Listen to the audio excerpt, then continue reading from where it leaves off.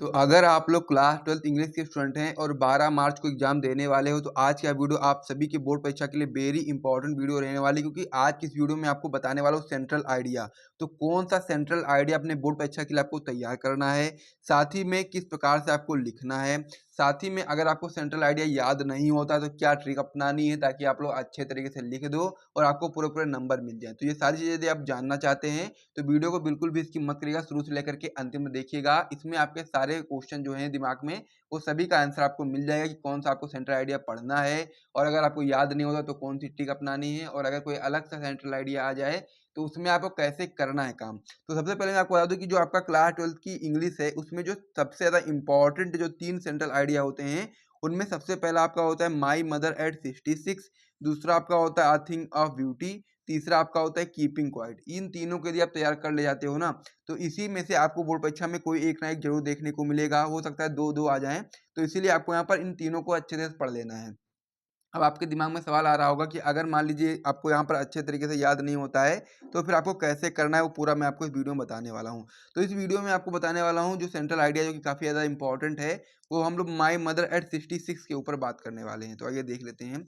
सबसे पहले central idea में सबसे पहले आप लोग हेडिंग लगाओगे, जिस भी सेंट्रल आइडिया को अपने पेपर में आपको मतलब कि कॉपी में आपको लिखना होगा उसमें आप लोग सबसे पहले ऊपर हेडिंग लगाओगे जिस भी सेंट्रल आइडिया को लिखना है। जैसे कि आपको लिखना है माई मदर एट 66, तो उसमें आपका ये इस प्रकार से हेडिंग लगाओगे, फिर लिखना स्टार्ट करोगे कि the poem my mother at 66 is composed by Kamala Das. यानी कि सबसे पहली बात, जो भी आप लोग जिस भी का सेंट्रल आइडिया लिखने जा रहे हो, ठीक है, तो उसके बारे में आपको बस ये तो पता ही है, जैसा कि इसका जो नाम है तो आपको पहले से लिखा ही हुई मिलेगा माई मदर एट 66। तो वहाँ पर क्या लिखोगे स्टार्टिंग में, अगर कोई और भी सेंट्रल आइडिया आएगा तो उसमें भी आपको इसी प्रकार से करना है। सबसे पहले क्या लिखोगे द पोयम, फिर पोयम के बाद में फिर ये जो सेंट्रल आइडिया उसमें पेपर में आपको देखने को मिल ही जाएगा, वो चीज़ उठा करके यहाँ पर लिख देना है। फिर आपको यहाँ पर एक चीज़ याद रखना है कि जो इसका राइटर है कौन है, तो राइटर कौन है, इस कंपोज्ड बाय कौन है, कमला दास।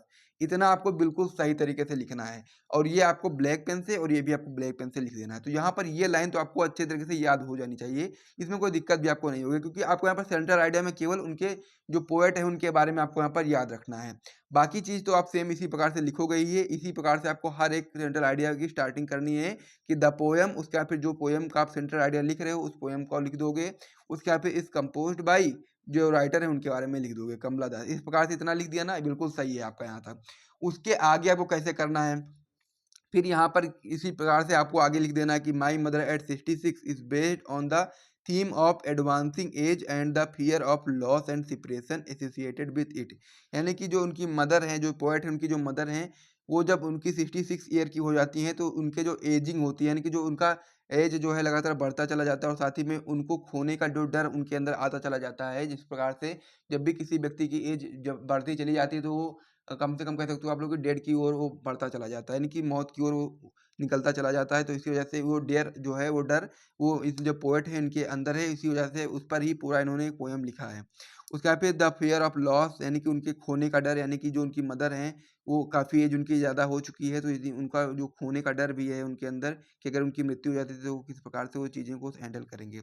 आगे आप बताएंगे the poetess under goes a plethora of emotions when she sees her mother ageing. यानी कि जब वो अपनी मदर को देखती हैं तो उनके अंदर विभिन्न प्रकार के इमोशंस निकलते हैं जो कि काफ़ी ज़्यादा उनको भावुक कर देते हैं।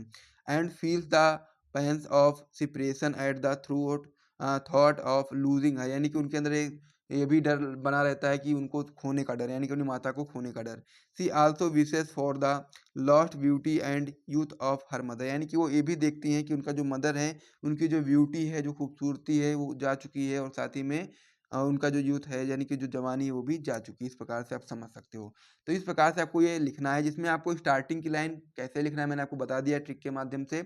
स्टार्टिंग आप करोगे द पोएम पे, जिस भी पोएम का आप सेंट्रल आइडिया लिख रहे हो उसका नाम लिखोगे, जो कि आपको पेपर में देखने को मिल जाएगा। फिर लिखोगे इस कंपोज्ड बाई, फिर राइटर का नाम लिख दोगे। उसके बाद में फिर आपको एक लाइन अगर आती है तो अच्छे तरीके से लिख दो, अगर नहीं आती है एक लाइन लिखने के बाद एक दो लाइन आप लोग अपने हिसाब से बना करके कर दोगे, कोई दिक्कत नहीं होगी, क्योंकि एग्जामिनर जो होता है वो स्टार्टिंग की लाइन को अच्छे तरीके से देखता है। तो एक लाइन देखेगा कि यहाँ पर राइटर और पोएम का नाम सही से लिखा है तो आपको पूरे नंबर मिल जाएंगे। तो इस प्रकार से आप लोग तरीका अपना सकते हो, और साथ ही में 3 सेंट्रल आइडिया को तैयार करके जाने हैं, जिनमें पहला आपका है माई मदर एट 66, जैसा कि मैंने आपको बता ही दिया है। अगर इसी प्रकार से और दोनों का भी चाहिए आपको तो आप बता सकते हो कमेंट बॉक्स में, मैं आपको इन दोनों का भी बहुत जल्द ही प्रोवाइड करा दूँगा। दूसरा आपका अर्थिंग ऑफ ब्यूटी, तीसरा आपका कीपिंग क्वाइट। इन तीनों को यदि आप तैयार कर लेते हो ना, तो आपकी बोर्ड परीक्षा में इन्हीं तीनों में से कोई ना कोई ज़रूर देखने को मिलेगा। और ट्रिक भी मैंने आपको बता दी कि अगर मान लीजिए सेंटर आईडी आपको नहीं आता है, तो आपको कैसे करना है अपने बोर्ड परीक्षा की कॉपी में, ताकि वो पूरे-पूरे नंबर मिले। तो यदि आपको यहाँ से वीडियो पसंद आए तो वीडियो को लाइक करो, चैनल को सब्सक्राइब करो। मिलते हैं नेक्स्ट वीडियो में, तब तक के लिए जय हिंद।